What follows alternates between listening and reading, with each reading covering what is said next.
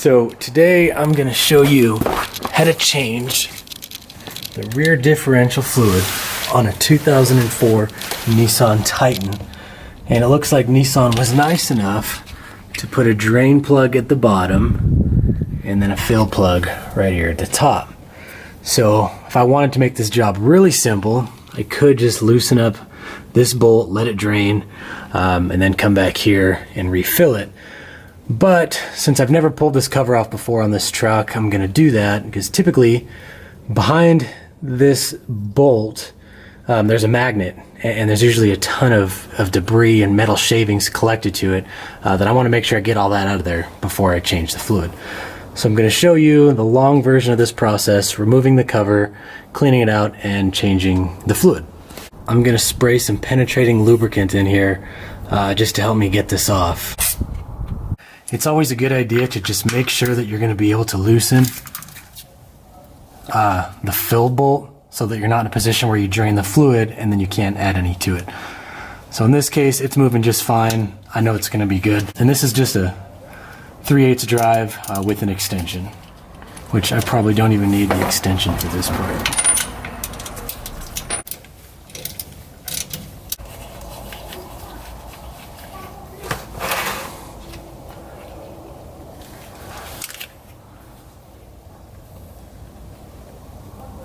As that's draining, you can disconnect the emergency brake line.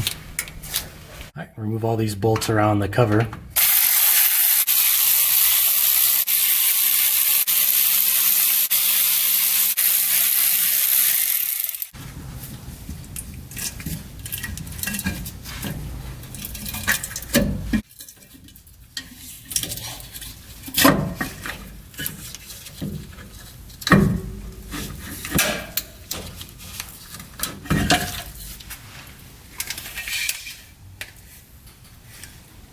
So looking in there, there's actually not a ton of debris.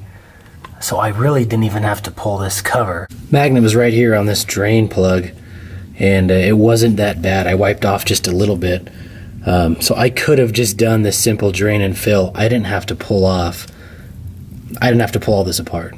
Now the next step would be to clean up this mating surface on the differential and the cover.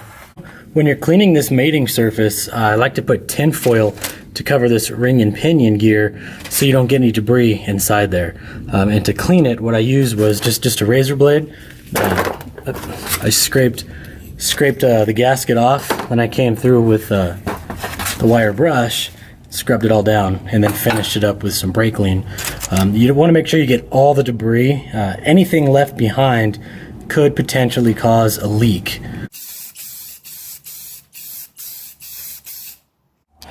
So I'm now at the point where I can put on a gasket and bolt it all back up. I've got everything clean, but I ran into a snag. Nobody carries that paper gasket anymore, which is something that I prefer, but I can't get it. So I ended up getting this gasket maker, and this one caught my attention because it's specially formulated for differentials, and it will resist against friction modifiers, which is what I'm going to put in. And when I put this on, I'm going to want to keep the bead on the inside of all. I should circle the bolt, but you definitely want to keep it on the inside of all these bolts. If you apply it on the outside, sure, the cover won't leak, but it will leak through each bolt. I've got the differential cover bolted up, and I read the directions on that gasket maker, and it said to basically, once you put it on and fasten it, finger tighten all the bolts and wait 1 hour before torquing it down, and then wait an additional 24 hours before adding the fluid. So make sure you read the directions on yours in case it's something similar to this. You want to follow those specs, because if you're anything like me, you don't like leaks and you don't want to go through all this trouble just to have it leak. So it's been 1 hour, so now I can finally come back here and tighten up each of these bolts.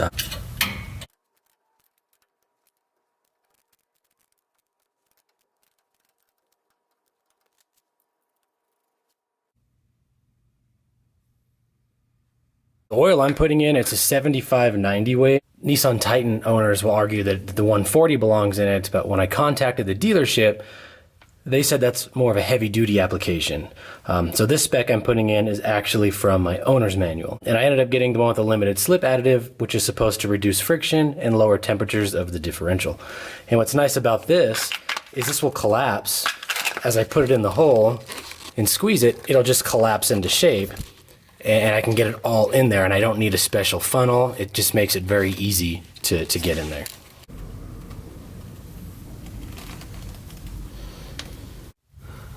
Alright, so the differential took 2 quarts of fluid.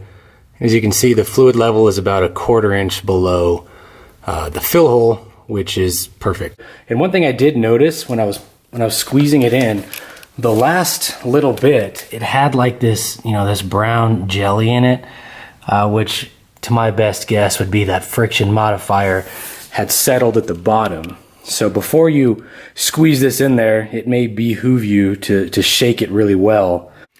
Alright, so the last step here is to reinstall the fill plug. And I put a little bit of Teflon tape on it to make sure it doesn't leak. And I painted it red, thinking maybe it would add some character to it. Alright, once you get that tightened up, that's it. You're all done. Thanks for watching.